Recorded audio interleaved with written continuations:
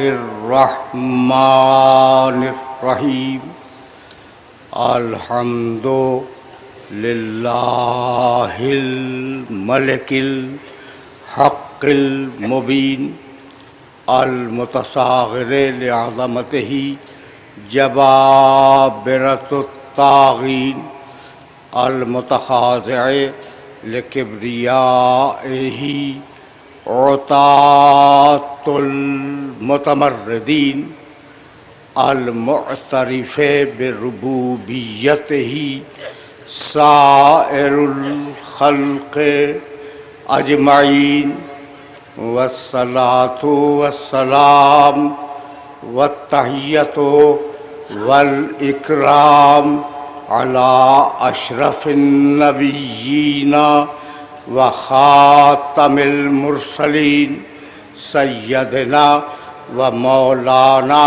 ابی القاسم محمد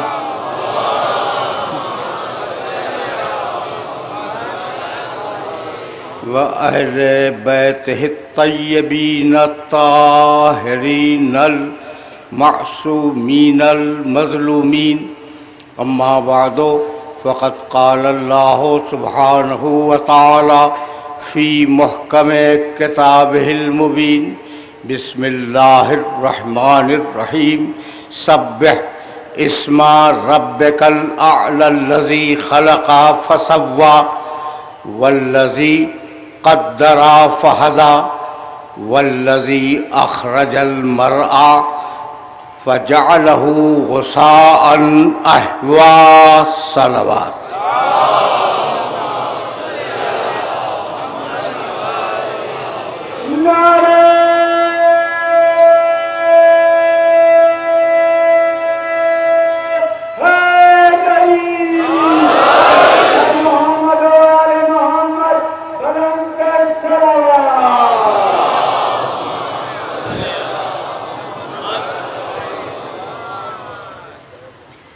عزیزان محترم، ہم نے جس موضوع پر گفتگو شروع کی تھی وہ موضوع اپنے 7ویں مرحلے میں داخل ہوا.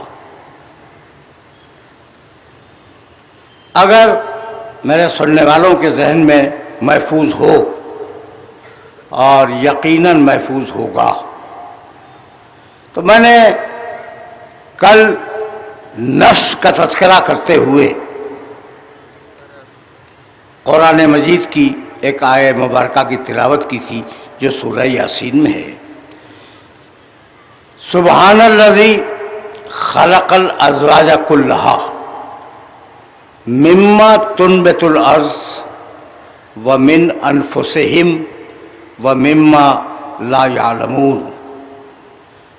بابرکت ہے نہیں، بابرکت ہے ترجمہ میں کیوں کروں، سبحان کا لفظ آیا ہے، اور جو آئے مبارکہ سرنام کلام ہے وہ ہے سب بے عیب ہے،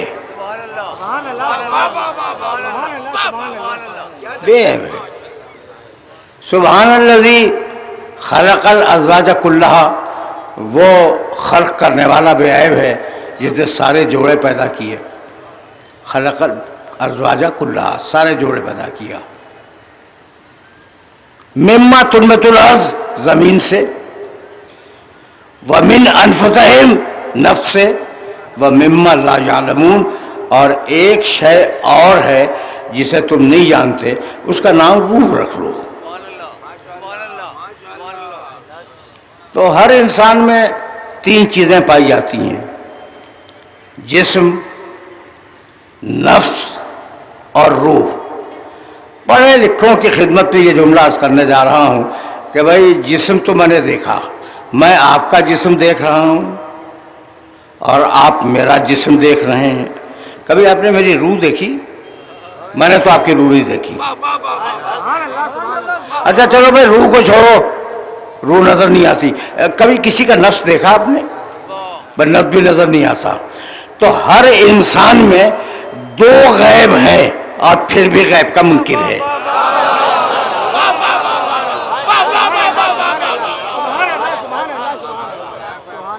ہے یا نہیں؟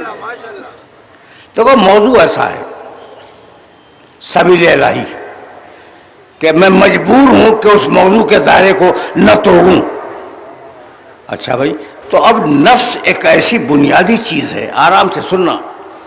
اور مجھے خوشی ہو رہی ہے کہ خصوصیت کے ساتھ میرا نوجوان طبقہ قرآن مجید کے فہم میں دلچسپی لے رہا ہے.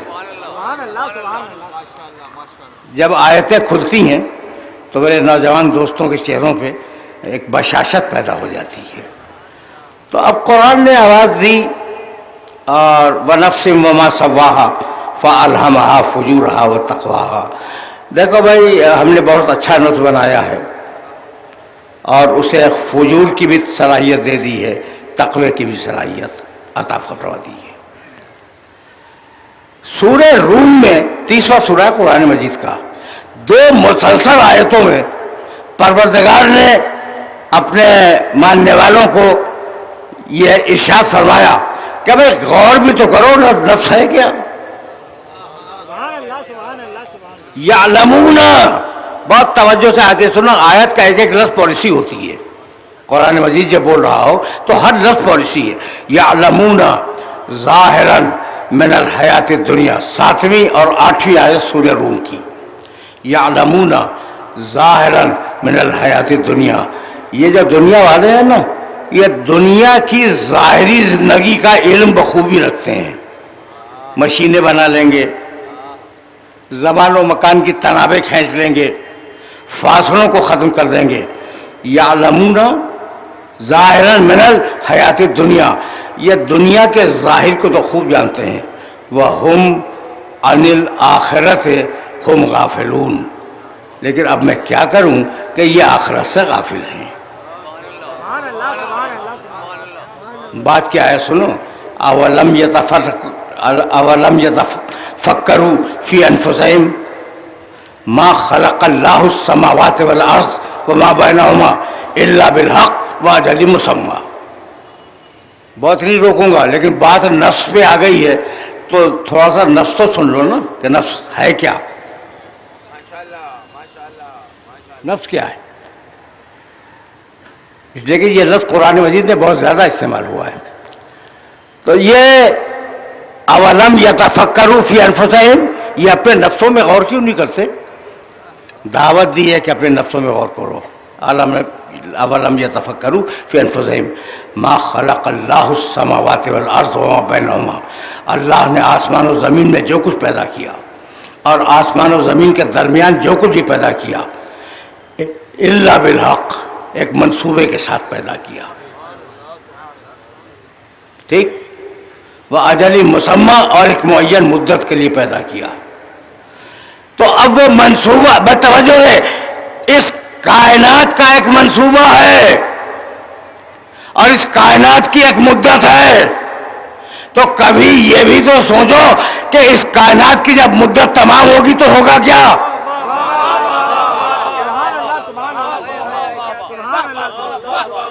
جب اس کائنات کی مدت تمام ہو جائے گی تو ہونے والا کیا ہے؟ کبھی اس پہ بھی تو غور کرو نا. اچھا بھائی، تو اگر یہاں تک میرے ساتھ آ گئی ہو تو اب بہت آہستہ آہستہ میرے ساتھ چلتے رہنا، اس لیے کہ لے جاؤں گا بہت دور تک، بہت دور جانا ہے. اور اب دامن وقت سرکتا جا رہا ہے بہت تیزی کے ساتھ. فجور اور تقوی دونوں نفس کو سکھلا دیے. اچھا بھائی، نہیں تم تو خیر مانتے ہو، اگر مانتے نہ ہوتے تو فرش مجلس پہ کیوں ہوتے؟ بہت لوگ کہتے ہیں کہ بھائی جسے نہ دیکھیں اسے ہم نہیں مانتے. تو اگر اللہ تمہارا ہوگا بھی تو ہم نے تو دیکھا نہیں. بھائی بہت توجہ رکھنا، بہت توجہ رکھنا، اس لیے کہ کچھ کہنا چاہ رہا ہوں. خواب دیکھتے ہو؟ دیکھتے ہو نا؟ دنیا کا کوئی انسان ایسا نہیں ہے جو یہ کہے کہ میں خواب نہیں دیکھتا. کبھی نہ کبھی تو اس نے خواب دیکھا ہوگا.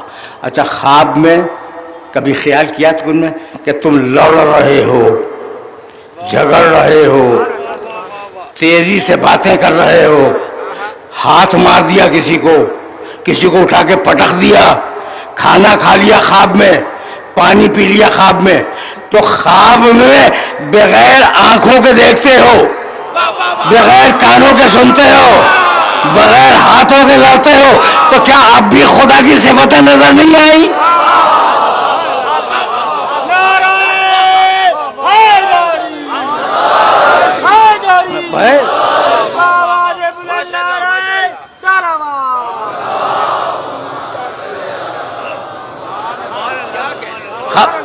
خواب ایک مستقل حجت ہے بھائی، بہت توجہ رہے، خواب ایک مستقل دلیل ہے وجود خدا پر، لیکن اب میں روکوں گا اور آپ سے پوچھ رہا ہوں، مجھے بتلائیں کہ بھائی نفس جسم میں کہاں پر ہے؟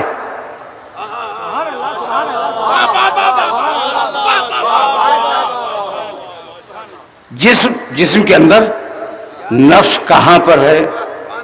اتنا قریب ہے، دیکھو بھائی، سر ہے میرے دماغ سے نزدیک اور پاؤں ہے میرے دماغ سے دور، تو اگر پاؤں کو چوٹ لگے تو دماغ کو بعد میں پتہ چلے،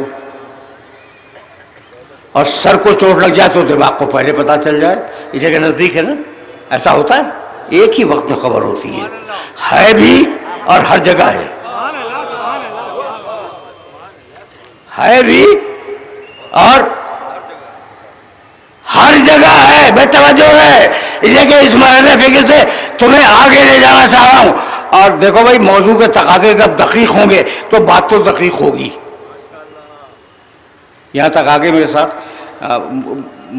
موضوع مشکل ہے، لیکن آپ نے آسان کر، خواب سے آسان کر، خواب ہی سے نہیں، یہ جو دوسرا جملہ کہا ہے آپ نے توجہ نہیں فرمائی، اب اس جملے کو اور بدل کے کہہ دوں تو سمجھ میں آ جائے گا، اب جملہ بدل دوں، اچھا بھائی نفس ہے، مجھے پن پوائنٹ کر کے بتائیں کہ کہاں پہ ہے،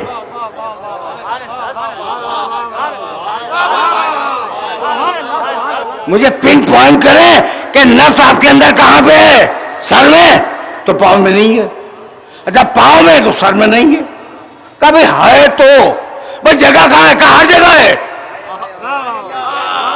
بات مکمل کر دی میں نے، ہر جگہ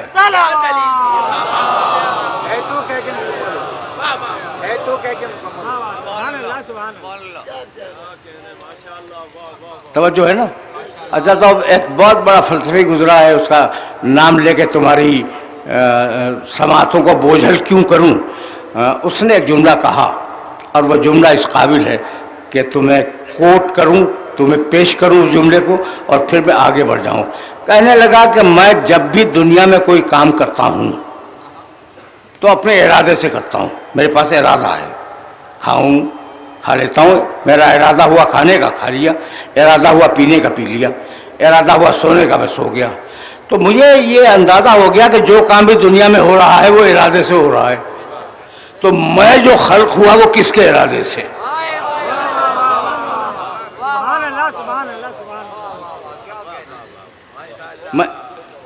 میں جو خلق ہوا وہ کس کے ارادے سے خلق ہوا، کہا بھائی ماں باپ کے ارادے سے، کہا پھر وہ کس کے ارادے سے خلق ہوئے، بھائی کہیں نہ کہیں تو جا کے رکو گے، ایک مرد پر ایک عورت پر، بھائی وہ کس کے ارادے سے خلق ہوئے، کہا جس کے ارادے سے خلق ہوئے اسی کا نام اللہ ہے،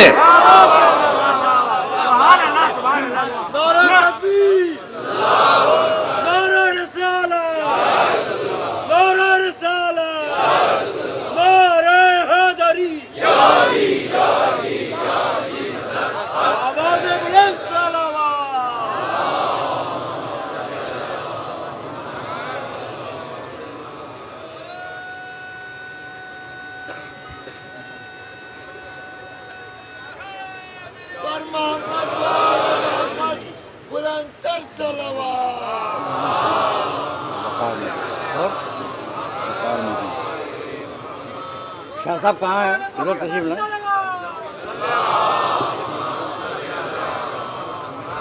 کیسا مزاج ہے، وقار مہدی صاحب تمہارا کہاں ہے،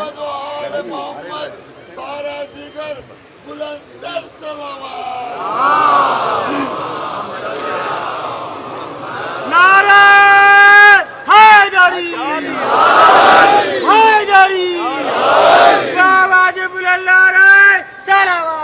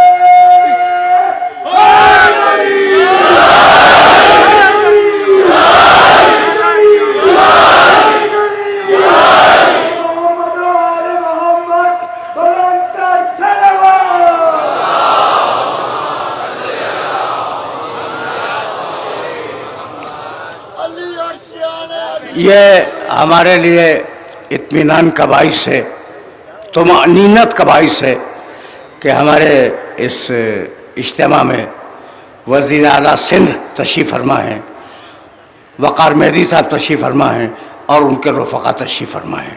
تو اب ان کی خدمت میں ایک جملہ تو عرض کروں گا کہ صاحبان اقتدار ہیں، پھلیں پھولیں ترقی کریں، لیکن ترقی کی بنیاد خدمت خلق ہو، ذخیرہ اندوزی نہ ہو۔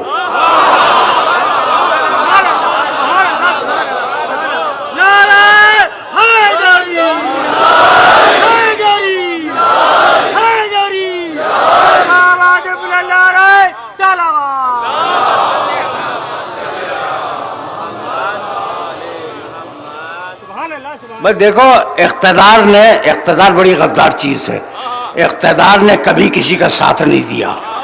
اقتدار وہ چلتی پھرتی چھاؤ ہے جو آج کسی کے سر پہ ہے، کل کسی اور کے سر پر۔ تو ایسے بادل کا اعتبار کیا؟ اعتبار فقط اس بات کا ہے کہ اپنے اقتدار میں تم نے خدمت خلق کتنی کی۔ دل بدستاور کہ حجی اکبرس، دلوں کو اپنے کنٹرول میں لو، سروں کو کنٹرول میں لینا کوئی کمال نہیں ہے۔ سر یزید کے کنٹرول میں تھے، دل حسین کے کنٹرول میں تھے۔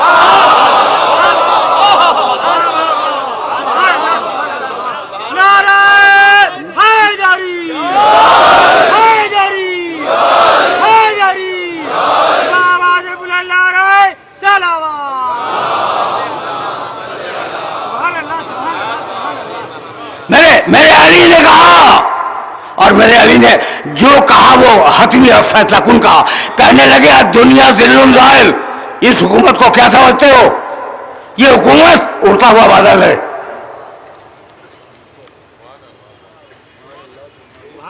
نہیں، ترجمے کو اور واضح کر دوں میں تاکہ ترجمہ ایکوریٹ ہو جائے۔ یہ دنیا بادل کا سایہ ہے۔ سائے کو پہچانتے ہو؟ یہ دنیا بادل کا سایہ ہے۔ اگر سائے کے پیچھے بھاگو گے تو آگے آگے بھاگے گا، اور اگر تم مڑ کے چلو گے تمہارے پیچھے آئے گا۔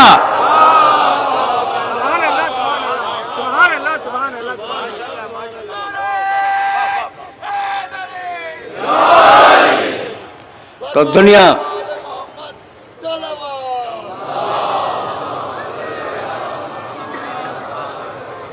پروردگار ان حضرات کو دنیا اور آخرت میں سرخرو کرے۔ اب یہ بتاؤ کہ میں بول کیا رہا تھا؟ کیا نفس اور کیا روح؟ نفس کی جگہ ہے میاں۔ اب بھی جگہ اگر نہ معلوم ہوئی تو میں کیا کروں؟ ہر جگہ ہے، کچھ نہیں معلوم کہ کہاں ہے۔ بھائی یہی خدا ہے کہ ہر جگہ ہے، کچھ نہیں معلوم کہ کہاں ہے۔ بھائی یہاں تک تو آ گئے ہو نا؟ اچھا، تو اب نفس کے اوپر، اب دیکھو بھائی، اب نفس سے ذرا سا میں آگے بڑھ رہا ہوں میں، اور اگر یہ بات پہنچ گئی تو میرا مشن اسی مقام سے اور آگے بڑھ جائے گا۔ نفس ہی وہ چیز ہے جس پر ہدایت آئی۔ فَأَلْهَمَهَا فُجُورَهَا وَتَقْوَاهَا۔ ہم نے جب نفس بنایا تو اس میں فسق و فجور کرنے کی صلاحیت بھی رکھ دی، اور اس میں تقوی اختیار کرنے کی صلاحیت بھی رکھ دی۔ تو شیطان گمراہ کرے گا نفس سے، ہادی ہدایت کرے گا نفس کی۔ لیکن ابھی ان دونوں میں فرق کیا ہے، یہ ذرا تمہاری خدمت میں عرض کر دوں تو بات یہیں سے آگے بڑھ جائے۔ عجیب بات یہ ہے کہ شیطان جب گمراہ کرتا ہے تو ضمانت نہیں لیتا۔ اب اپنی زبان سے کہو مت مانو، میری زبان کو رد کر دو، لیکن اگر قرآن کہے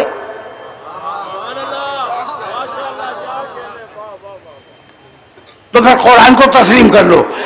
شیطان دیکھو، ہادی کا الٹا ہے شیطان کا الٹا ہے ہادی۔ اگر شیطان سمجھ میں آ گیا تو ہادی تمہاری خود بخود سمجھ میں آ جائے گا۔ شیطان کے لیے جانتے ہو سورہ حشر 59واں سورہ قرآن مجید کا، اور اس کی 16ویں آیت۔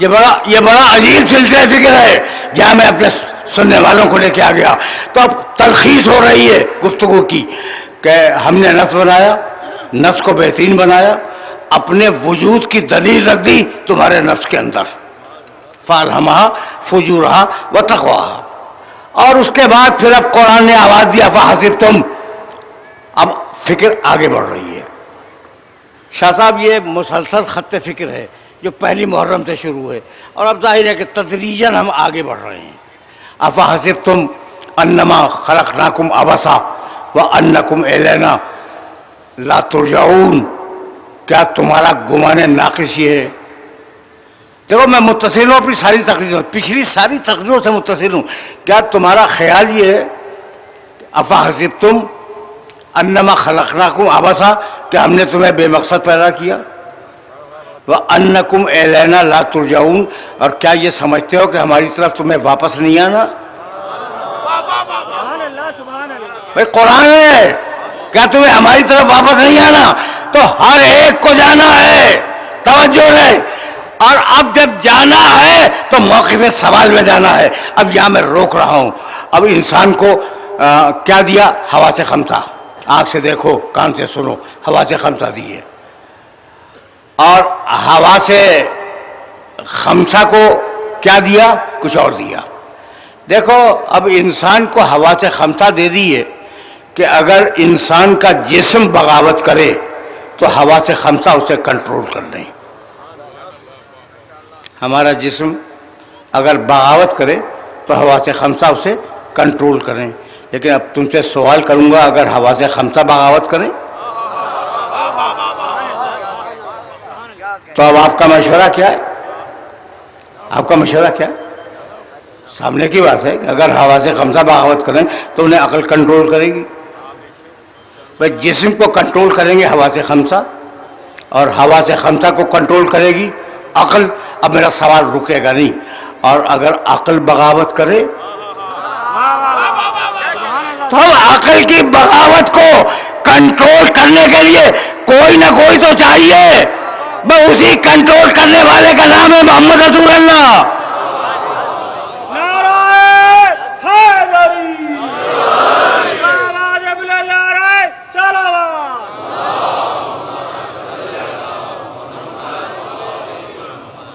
اب اسی بغاوت کو کنٹرول کرنے والے کا نام، جب عقل بغاوت کرے تو رسول کے قدموں میں آ جاؤ، اور جب رسول کے قدموں میں آ جاؤ گے بغاوت فروغ ہو جائے گی. اب میں جملہ اپنے سننے والوں کی خدمت میں عرض کروں. بھائی دیکھو خدا کی قسم، یہ جو جس کا نام ہے نا ابو لہب، پہچانتے ہو؟ بسم اللہ الرحمن الرحیم. تبت یدا ابی لہب وتب ما اغنا عنہ مالہ وما کسب سیصلی نارا ذات لہب وامرأتہ حمالۃ الحطب فی جیدہا حبل من مسد. پورا چھوٹا سا سورہ تھا، میں نے پورا سورہ پڑھ دیا. تبت یدا ابی لہب وتب، ٹوٹ جائیں ابو لہب کے دونوں ہاتھ. کوسنے دے رہا ہے اللہ. کوسنا سمجھتے ہو؟ بھائی جس کا بس نہیں چلتا وہ کوسنے دیتا ہے. اور اللہ تو علی کل شیء قدیر ہے. کیا سمجھانے کے لیے کوسنے دے رہا ہوں، سمجھانے کے لیے کہ ابو لہب کے دونوں ہاتھ ٹوٹ جائیں. اب تو میں پوچھوں گا اپنے سننے والوں سے کہ بھائی ابو لہب کی دونوں آنکھیں کیوں نہ پھوٹ جائیں؟ ابو لہب کی دونوں آنکھیں پھوٹ جائیں یہ تو نہیں ہے. اچھا ابو لہب کی دونوں ٹانگیں ٹوٹ جائیں یہ بھی نہیں ہے. ابو لہب کے دونوں کان بہرے ہو جائیں یہ بھی نہیں ہے. ابو لہب کے دونوں ہاتھ ٹوٹ جائیں تو ابو لہب کے ان ہاتھوں نے تقصیر کیا کی تھی؟ کچھ نہ کچھ تو کیا ہوگا. ابو لہب کے ان ہاتھوں نے کچھ نہ کچھ تو کیا ہوگا. بتلاؤں بھائی، عجیب مرحلہ فکر ہے، عجیب مرحلہ فکر ہے. بتلاؤں، جب پیغمبر اکرم نے ذوالعشیرہ کے پہلے اعلان میں کہا کہ مجھے رسول مان لو تو اس نے رسول کو مارنے کے لیے ہاتھ اٹھایا. بہت توجہ رہے. اور یہ تو ایک واقعہ ہوا، ابو طالب نے ڈانٹ کر روک دیا تھا، ہاتھ نیچے کر ورنہ تیرا ہاتھ توڑ دوں گا، تاریخ میں۔ اب سگا چچا وہ بھی ہے، ایک ماں باپ سے عبداللہ، ابو طالب اور ابو لہب، ٹھیک ہے، سگا چچا یہ بھی ہے۔ اب یہ دو سگے چچا سامنے آ گئے تمہارے۔ اچھا، تو جانتے ہو کیا کرتا تھا؟ جب پیغمبر اکرم حج کے موقع پر، جاہلیت کا حج، تبلیغ وحدانیت کے لیے مکے کی گلیوں سے گزرتے تھے تو ابو لہب جھولیوں میں پتھر رکھ کر پیچھے چلتا تھا رسول کے اور ان کی پنڈلیوں کو مارتا تھا تاکہ اتنی زخمی ہو جائیں کہ رسول تبلیغ کے لیے دوسرے دن نہ نکل سکیں۔ کیا کیا اس نے؟ رسول کی پنڈلیاں زخمی کی۔ بھئی یہی تو ہے، رسول کی پنڈلیاں زخمی کی۔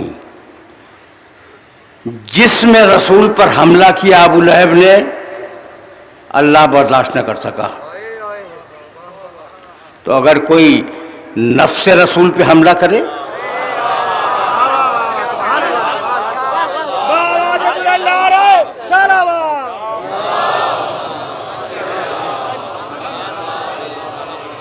نہیں میں اور واضح کر دوں، یہ جملہ آپ کو ہدیہ کر دوں کہ خونی رشتے والا سگا بھائی عبداللہ کا، سگا چچا محمد رسول اللہ کا، بھائی جب خونی محمد سے جھگڑا کر کے خونی رشتے والا نہ بچا تو رشتہ جوڑنے والے کیسے بچ جائیں گے؟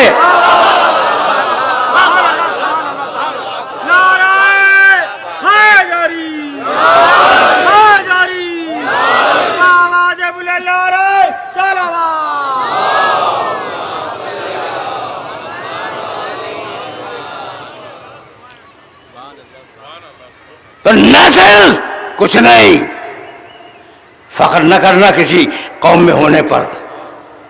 دیکھو قرآن مجید نے آواز دی اور بہت برمحل یہ آئے مبارکہ پڑھ رہا ہوں میں کہ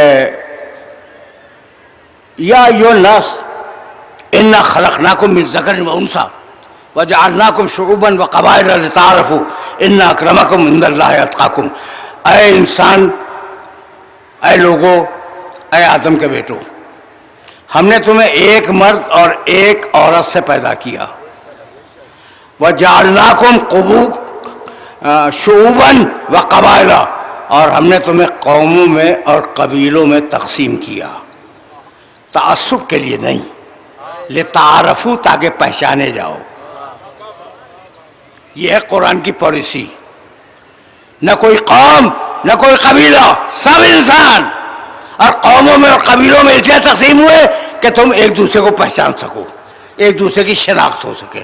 اِنَّ اکرمکم عند اللہ اتقاکم، تم میں صاحب عزت وہ ہے اللہ کی نگاہ میں جو صاحب تقویٰ ہو۔ تو نسل کی کوئی حیثیت نہیں، قوم کی اسلام میں کوئی حیثیت نہیں، قبیلے کی اسلام میں کوئی حیثیت نہیں۔ اچھا تو رنگ کی حیثیت ہوگی؟ نہیں، رنگ کی بھی حیثیت نہیں ہے۔ وہ کالا تھا جو لوگوں کو اذان کے لیے بلا رہا تھا۔ سبحان اللہ، سبحان اللہ، سبحان اللہ، نعرہ حیدری،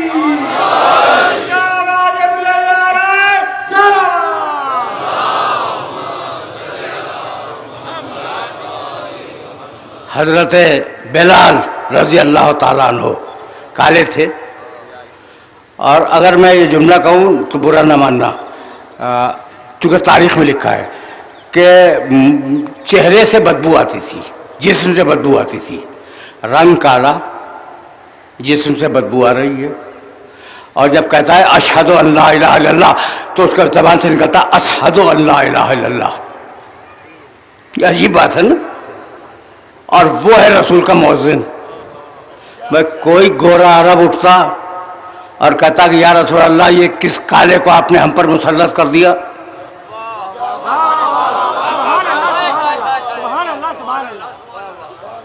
لیکن کتنے اچھے تھے لوگ تھے اس زمانے کے، کتنے پیارے لوگ تھے کہ کسی نے بھی چیلنج نہیں کیا رسول کو۔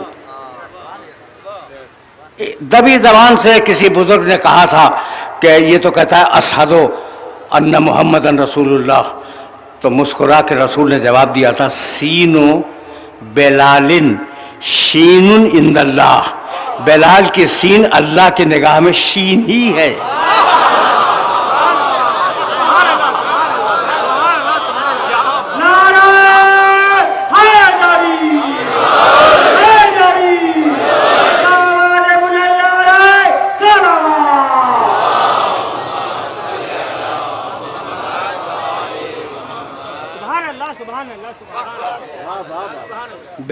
بلال کی سین اللہ کی نگاہ میں شین ہی ہے۔ تو اب رسول نے اسے گلدستہ اذان پہ کھڑا کر دیا۔ میں تو تاریخ دیکھ دیکھ کے تھک گیا، اور شاید یہ کہنا غلط نہیں ہوگا کہ میرے پاس ایسی کوئی اہم تاریخ نہیں ہے جو میری لائبریری میں موجود نہ ہو۔ ایک ایک دیکھی، کسی کا اعتراض نہ ملا کہ یا رسول اللہ اسے ہٹا دیجئے، ہم گورے اور خاندانی عربوں میں سے کسی کو مؤذن بنا دیں، اس لیے کہ اتنے شریف لوگ تھے کہ وہ جانتے تھے کہ جسے رسول گلدستہ اذان پہ کھڑا کر دے، جسے رسول گلدستہ اذان پہ کھڑا کر دے اسے کوئی اتار نہیں سکتا، تو جسے رسول گلدستہ اذان پہ کھڑا کر دے اسے تو اتار نہ سکو، اور جسے رسول منبر کے خطیب پہ بٹھا کے جائے۔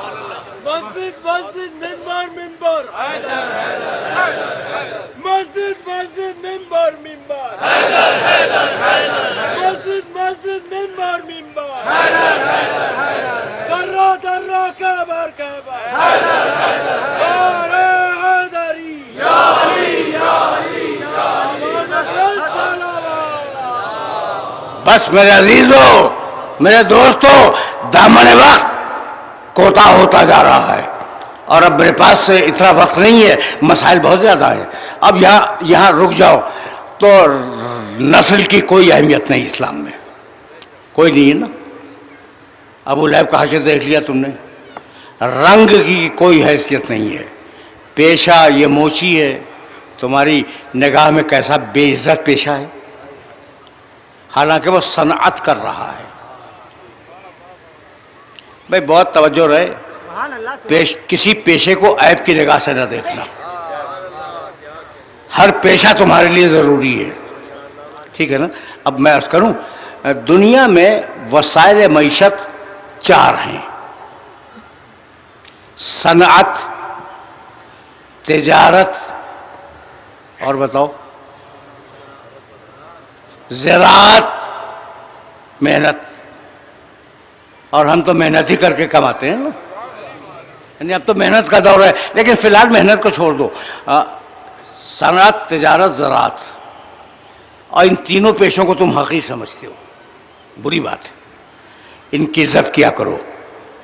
یہ پیشے اگر نہ ہو تو بھوکے مر جاؤ، یہ پیشے اگر نہ ہو تو تمہیں پہننے کے لیے جوتے نصیب نہ ہوں، ان پیشوں کا احترام کرو۔ اب میں جوتا بنانا یہ صنعت ہے، کھیتی باڑی کرنا یہ زراعت ہے، خرید و فروخت کرنا یہ تجارت ہے۔ تو اب عرض کروں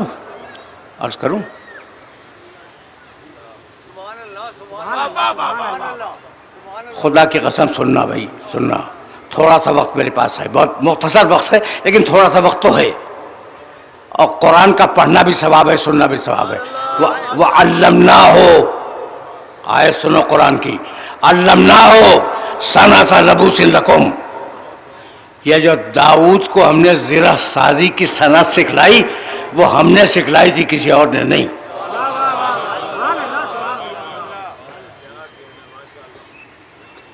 صنعت سکھلانے والا اللہ.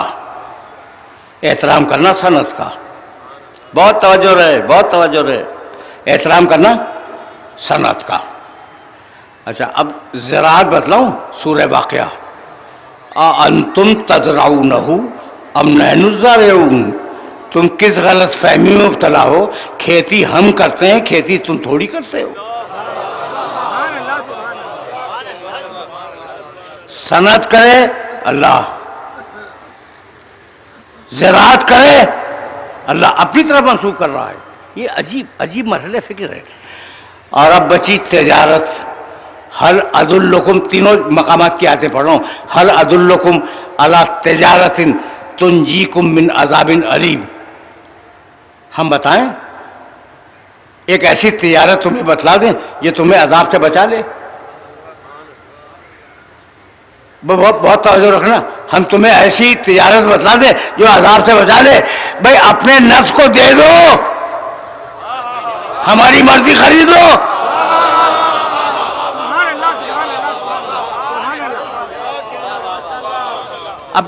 اپنے نفس کو دے دو، ہماری مرضی خرید لو. اب کیسے یہ ممکن ہے؟ بھائی صنعت، اس کی اہمیت تم نے دیکھی، زراعت تم نے اس کی اہمیت دیکھی، آیتیں میں نے پڑھی ہیں. تجارت تم نے اس کی اہمیت دیکھی، لیکن میں نے علی کے کردار میں دیکھا رسول کی جوتی تاکتے ہوئے صنعت کی. رسول کی جوتی تاکتے ہوئے صنعت کی. یہودی کے باغ میں پانی دیتے ہوئے زراعت کی. میسم تمار کی دکان پر خرما بیچتے ہوئے تجارت کی.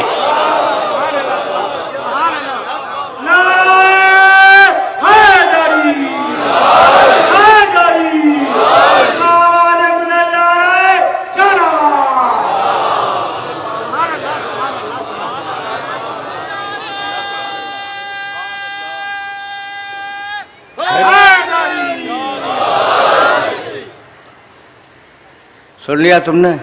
لیکن نہیں بھائی، اب جملہ تو اب کہوں گا. آج میں ڈفرینٹ موڈ میں بول رہا ہوں نا، محسوس بھی کر رہے ہو. تھوڑا سا موڈ میرا ڈفرینٹ ہے. اور میں نے کہا بھائی موضوع کو جسٹیفائی ہونا ہے اور اب وقت باقی نہیں رہا تو تیزی سے گزر جاؤ ان مرحلوں سے. تو اب علی نے یہودی کے باغ میں پانی دیا، ٹھیک ہے نا، زراعت کی. میرے نبی کی جوتیاں ٹانکی، صنعت کی. میسم تمار کی دکان پر، میسم کسی کام سے چلے گئے تھے، بیٹھ گئے، تجارت کی. لیکن علی کی تجارت دوہری ہے. جوتا ٹانکا جاگتے ہوئے، پانی دیا جاگتے ہوئے، تجارت کی جاگتے ہوئے اور سوتے ہوئے.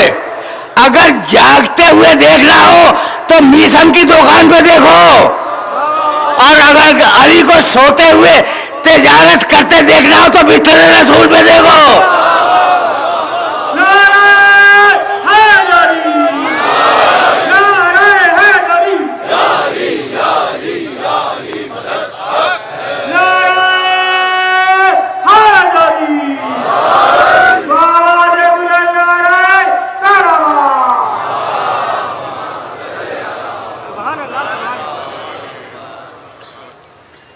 یا بھائی اب یہ جملہ، اب میں بہت پچھلی پرانی تقریر سے متصل ہو رہا ہوں اس مقام کے اوپر.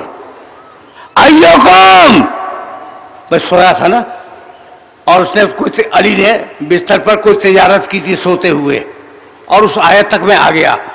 کہنے لگے رسول کہ مجھ پر وحی آئی ہے کہ آج کی رات سارے کفار عرب مل کر میرے اوپر حملہ کریں گے اور ہر قبیلے کا ایک آدمی تلوار مارے گا تاکہ ایک قبیلے پہ الزام نہ آئے. تو میں ہجرت کر رہا ہوں. ایکم ابھی تو علی فراشی، تم میں سے ہے کوئی آج کی رات میرے بستر پہ سو جانے والا؟ سب سے کہا تھا، سب سے کہا تھا۔ اچھا، اب جو بھی نتیجہ نکلا ہو، جواب جب نہ ملا تو میرے نبی نے علی کو دیکھا۔ علی کچھ کہنے کے لیے بےتاب تھے۔ کہا یا علی کیا کہنا چاہتے ہو؟ ہاتھ جوڑے، کہا یا رسول اللہ، اگر میں آپ کے بستر پہ سو جاؤں تو کیا آپ کی جان بچ جائے گی؟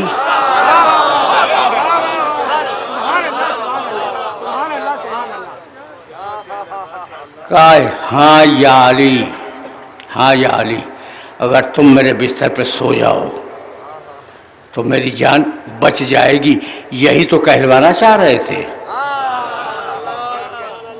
پہنچ گئے اس مرحلہ فکر تک جو مرحلہ فکر آج معین تھا کہ ہاں اگر تم میرے بستر پہ سو گئے تو تمہاری جان، میری جان تمہارے سونے سے بچ جائے گی۔ یہی تو کہلوانا چاہ رہے تھے علی، یعنی اپنی جان کی فکر نہیں ہے، رسول کے جان کی فکر ہے۔ علی بستر رسول پہ سو گئے اور ادھر سے آیت آئی، جاؤ قرآن مجید میں دیکھ لینا، اور جتنے مفسر ملے ان سب کی تفسیروں میں دیکھ لینا۔ وَمِنَ النَّاسِ مَن يَشْرِي نَفْسَهُ ابْتِغَاءَ مَرْضَاتِ اللَّهِ وَاللَّهُ رَءُوفٌ بِالْعِبَادِ۔ بندوں میں ایک بندہ ایسا بھی ہے جو نفس کو بیچتا ہے، مرضی کو خریدتا ہے۔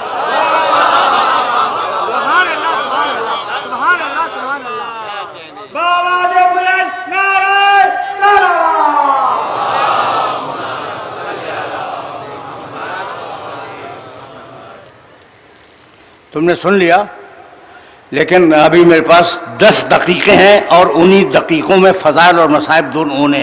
اب تمہاری جان ابھی نہیں چھوڑوں گا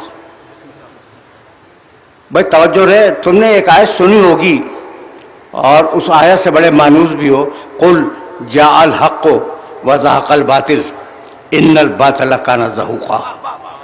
کہہ دو کہ حق آ گیا، باطل بھاگ گیا، اور باطل کا تو مزاج ہی یہ ہے کہ جہاں جائے وہاں سے بھاگ جائے۔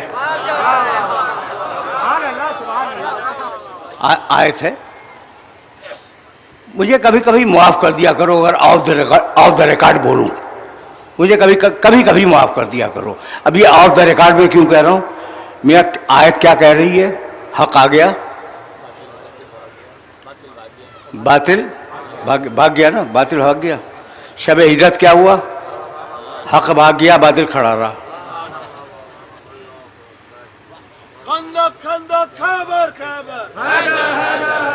میاں یہ تو پریشانی کا بنا رہا تھا، یہاں خندق کہاں سے آ گیا؟ میں نے تو تمہیں پرابلم میں مبتلا کر دیا کہ پیغمبر اکرم آیت لے کے آئے کہ حق آ گیا، حق آ گیا، باطل بھاگ گیا، اور ہم نے شب ہجرت دیکھا کہ حق اندھیری رات میں نکل گیا اور باطل رات بھر کھڑا رہا۔ تو یہ ہجرت ہے یا فرار؟ تو اب جملہ سننا اور اس جملے کی قدر کرنا۔ اگر جانے والا حق اپنے بعد والے حق کو اپنے بستر پہ سلا کے نہ جاتا تو ہجرت ہوتی، فرار ہوتا۔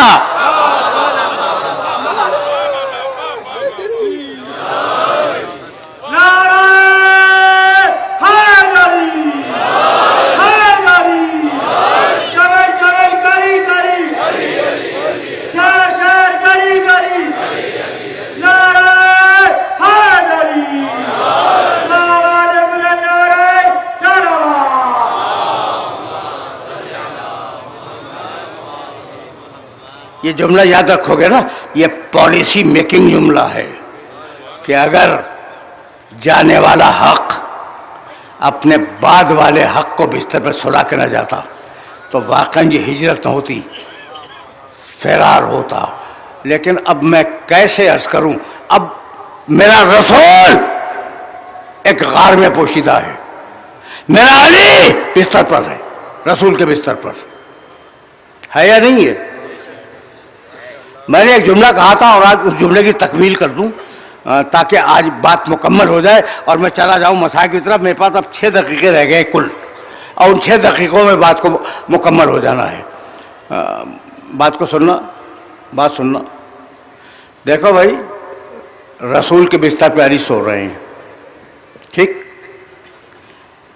حضرت ام حبیبہ رضی اللہ تعالی عنہا کو تم لوگ پہچانتے ہو، رسول کی زوجہ ہیں اور جناب ابو سفیان کی بیٹی ہیں.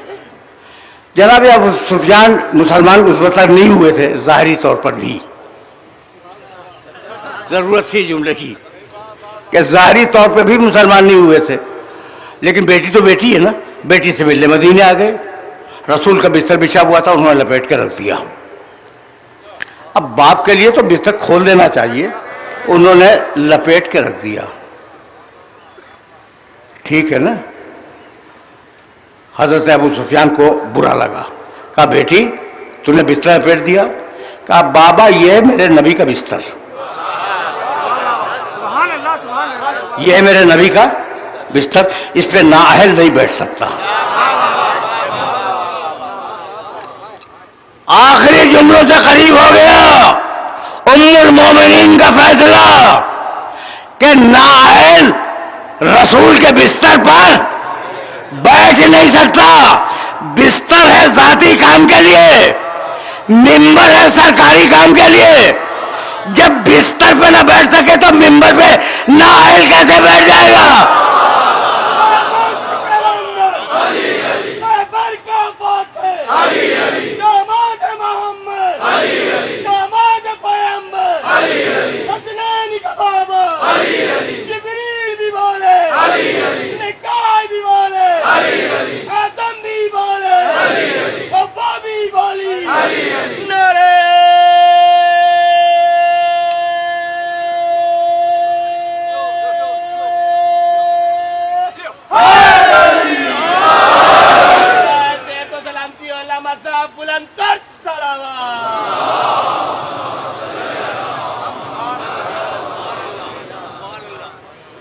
بس میرے عزیزوں، میرے دوستوں، گفتگو اس مرحلے پر اختتام پذیر ہو گئی.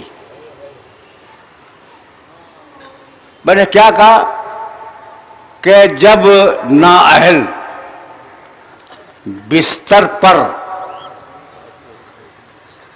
نہ بیٹھ سکے تو رسول کے معین کردہ ممبر پر نااہل کیسے بیٹھے گا؟ بھائی یہی تو پالیسی تھی، اور یہی جملہ حسن ابن علی نے کہا تھا. جب کوئی بیٹھا تھا تو حسن ابن علی نے کہا کہ یہ میرے باپ کا ممبر ہے، اس ممبر سے تم اتر آؤ. اسی حسن کے بیٹے کا نام ہے قاسم.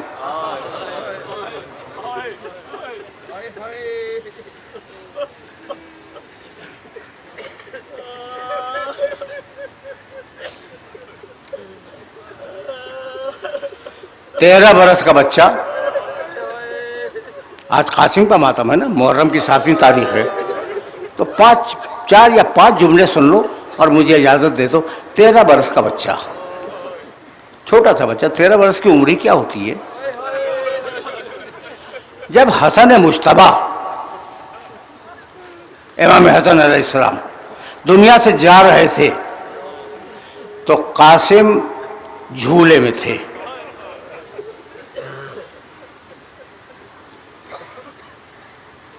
کہنے لگے ام فروا ذرا میرے بیٹے قاسم کو تو لاؤ.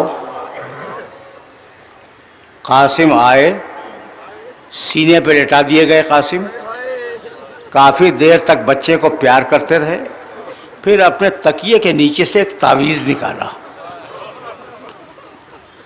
اور اس کے شانے پہ باندھ دیا اور کہا ام فروا اس تعویذ کی بھی حفاظت کرنا، اس بچے کی بھی حفاظت کرنا، اور اگر کبھی کوئی کڑا وقت آ جائے اس بچے پر تو کہہ دینا کہ اس تعویذ کو کھول کے پڑھ لے، اس میں اس کی پرابلم کا، اس کے مسائل کا حل ہوگا. ام فروا بچے کی بھی حفاظت کرتی رہیں. تعویذ ہی بچے کے گلے میں بندھا رہا، بازو پہ، کبھی بازو میں تھا کبھی گلے میں تھا. جب بڑا ہوا تو گلے میں آ گیا. وہ تعویذ رہا یہاں تک کہ عاشور کا دن آیا.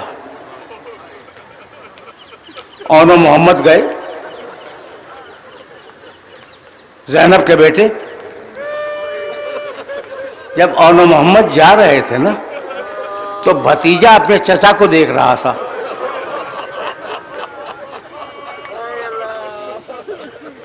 کہ شاید مجھے اجازت مل جائے. چلے گئے اون و محمد. ان کے لاشیں بھی آ گئے. ابو الفضل عباس کا پہلا بھائی گیا, اس کا لاشا بھی آ گیا.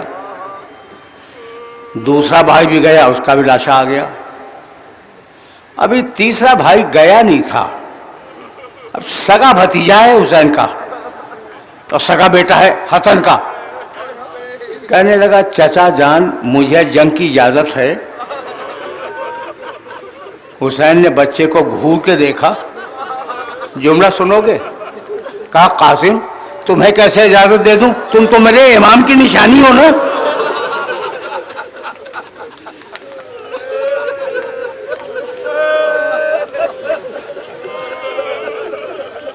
قاسم میں تمہیں کیسے اجازت دے دوں, تم تو میرے امام کی نشانی ہو. بچے کو اجازت نہیں ملی. عباس کے سارے بھائی شہید ہوئے. جب عباس کے بھائی شہید ہو گئے, دیکھو وقت نہیں ہے, واقعاً وقت نہیں ہے. جب عباس کے بھائی شہید ہو گئے, اب اذان مغرب سے متصل ہونے والے ہیں, تو 2 دقیقے محترم مؤذن سے, بس کل 2 دقیقے کا. لیکن ایک جملہ کہہ کے میں آگے بڑھوں گا. ابو الفضل عباس کا ایک چھوٹا سا بچہ تھا محمد ابن عباس, چھوٹا سا بچہ تھا. جب عباس کے بھائی شہید ہو گئے, محمد ابن عباس کو لائے عباس اور کہا مولا اسے جنگ کی اجازت ہو. حسین تڑپ گئے, رونے لگے. کہا عباس کب تک میں دیکھوں کہ ام البنین کی کمائی اجڑتی رہے.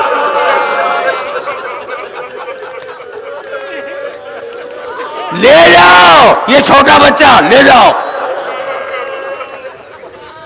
بہرحال وہ بچہ بھی شہید ہوا. قاسم کو اجازت نہیں ملی. جب قاسم کو اجازت نہیں ملی تو ڈبڈبائی ہوئی آنکھوں کے ساتھ اپنی ماں کے خیمے میں آیا. دل بھرا ہوا ہے, اجازت کا خواہش مند ہے. چچا نے اجازت دینے سے منع کر دیا. ڈبڈبائے ہوا ہے دل. اگر ایسے میں کوئی محبت کرنے والا پوچھ لے تو آدمی پھوٹ کے روتا ہے یا نہیں؟ بچہ پھوٹ پھوٹ کے رونے لگا. کہا بیٹے قاسم کیا ہوا؟ کہا چچا اجازت نہیں دیتے.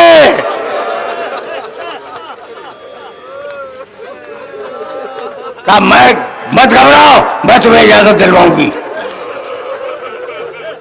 شہزادی ام فروا نے برقع اڑا, خیمے سے باہر آئی. حسین کرسی میں بیٹھے ہوئے تھے دور. کہنے لگے عباس تمہاری زندگی میں کوئی بیوی خیمے سے باہر آ گئی.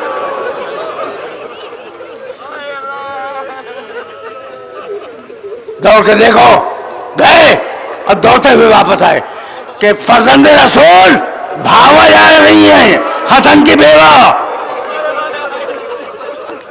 آئی. کہا حسین میں تمہارے بڑے بھائی کی نشانی ہوں. حسین میں نے زندگی میں تم سے کبھی کچھ نہیں مانگا, آج مانگنے آئی ہوں. میرے بچے کو جنگ کی اجازت دے دو. ایک ایک لفظ مقتل میں ہے, میں کیا کروں, میں تو تاریخ پڑھ رہا ہوں. میرے بچے کو جنگ کی اجازت دے دو. حسین نے نہ ہاں کہا نہ نہ کہا, سر جھکائے بیٹھے رہے. سر جھکائے بیٹھے رہے. جملہ عرض کروں. اتنے میں بچے کو خیال آیا, آخری جملہ, کہ میرے بابا نے وصیت کی تھی کہ اگر کوئی مشکل وقت آ جائے تو تعویذ کو نکال کے پڑھنا. خیمے سے باہر نکلا, دوڑتا ہوا سرکنڈوں کی جھاڑی کے پیچھے گیا. وہاں خط کھولا تو اس میں لکھا ہوا تھا بسم اللہ الرحمن الرحیم. یہ خط ہے حسین ابن علی کی طرف سے اس کے بیٹے قاسم ابن حسن کے نام. بیٹا ایک دن وہ آئے گا جب زمانہ حسین کا دشمن ہو جائے گا, تو بیٹا تو میری جان ہے, حسین فاطمہ زہرا کی جان ہے، اپنی جان کو فاطمہ زہرا کی جان پہ نثار کر دینا۔ بچہ دوڑتا ہوا آیا اور آ کے چچا کی گود میں گر گیا، کہا چچا اب تو آپ اجازت دیں گے نا، یہ میرے بابا کا خط پڑھ لیجیے۔ وَسَيَعْلَمُ الَّذِينَ ظَلَمُوا أَيَّ مُنْقَلَبٍ يَنْقَلِبُونَ رَبَّنَا